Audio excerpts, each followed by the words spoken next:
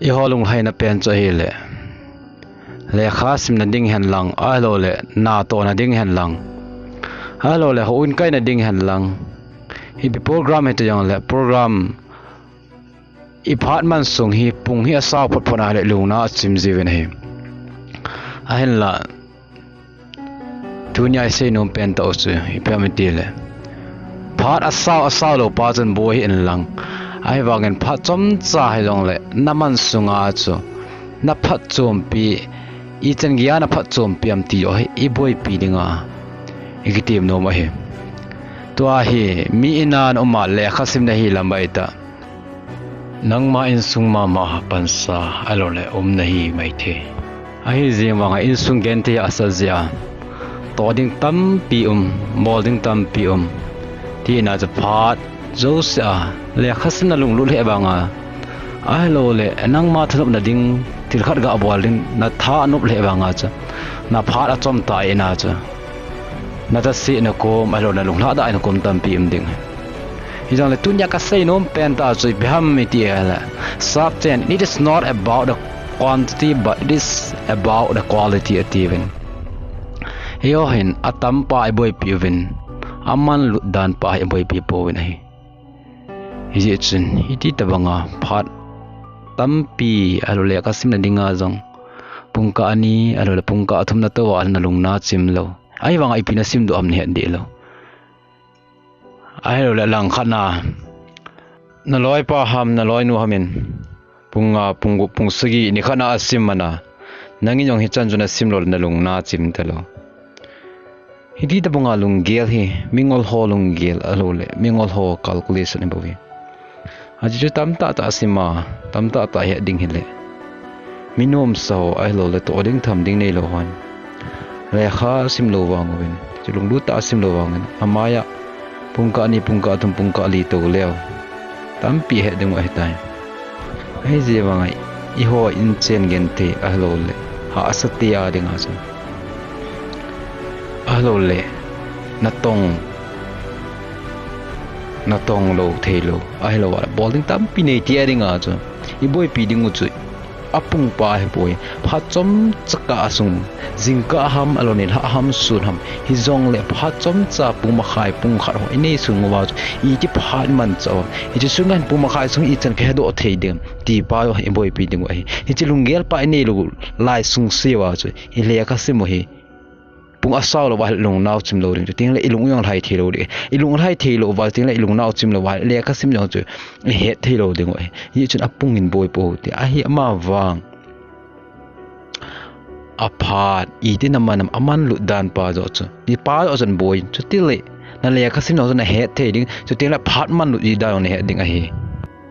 mi thupi ho a hin chu ting le mi lo ling ong ga dong la chun among gen thei ta sun lum gen na tonga ai lo wa le he ta chu gen thei ta in ko manga le ka sim na ding man phau nei lo ai la to la tham na ding man phau nei lo he ta chu pha chom cha cha pharong ka la nei sung wa ho gen thei ta pung wa khai ham pung khanam pung ni ham asim wa he ta sim sung wa ho lung lu ta hung sima de ting le phar ko hom tho ta hin mang ho atam zo milo hing jo ting le to ai het ho mi thupi ho ai aung hi ding ka ta asan nei aje chamo nom sa ta le ka sem po ne khanna nom ta pungli punga pungup simam po we gen the ta pha chom cha nei sungma choi oi ta lunglu se la ke tup ke cha an sim jewa pungli punga pungup sim ho sang a het naw yong hang zo ting le het naw ke tup zoi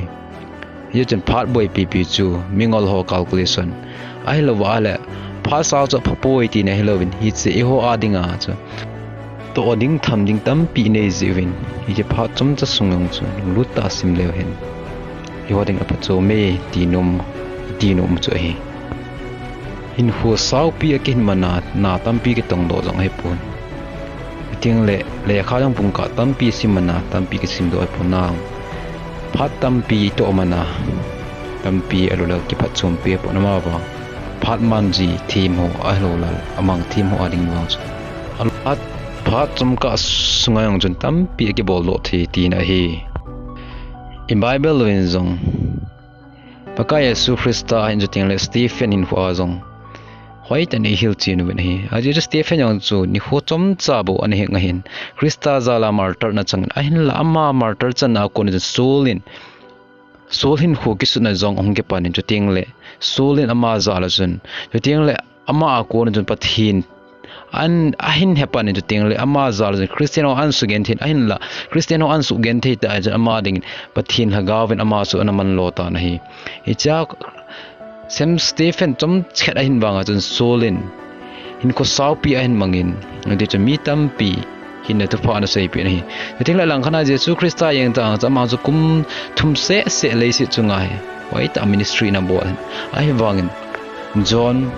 bungsom ni le bungkhat chang som ni lenga langa chi vetle chu le hi cheng tai lovin jong je su thil bol tam ta mi hi ti ho cho bon chan ki sun so ke le ke ngai tun le khabu ki sun cheng se chu vanoi le sin hindol pon te ka ti ti Jesu Christa kum thum jing se hiam wang a thil bol na to tam dan chu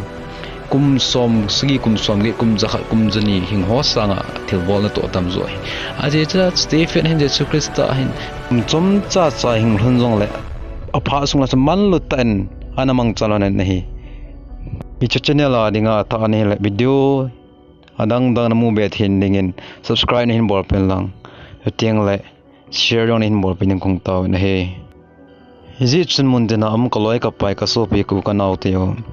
gen thi ta ha sa ta ko sa hi ve hi chun phar hi asaw pa boi pi po ten le ka sim ten jong phar chom cha ka sung nei sung ki hom tho ton simoi tin te tel na tong ten ki hom tho tan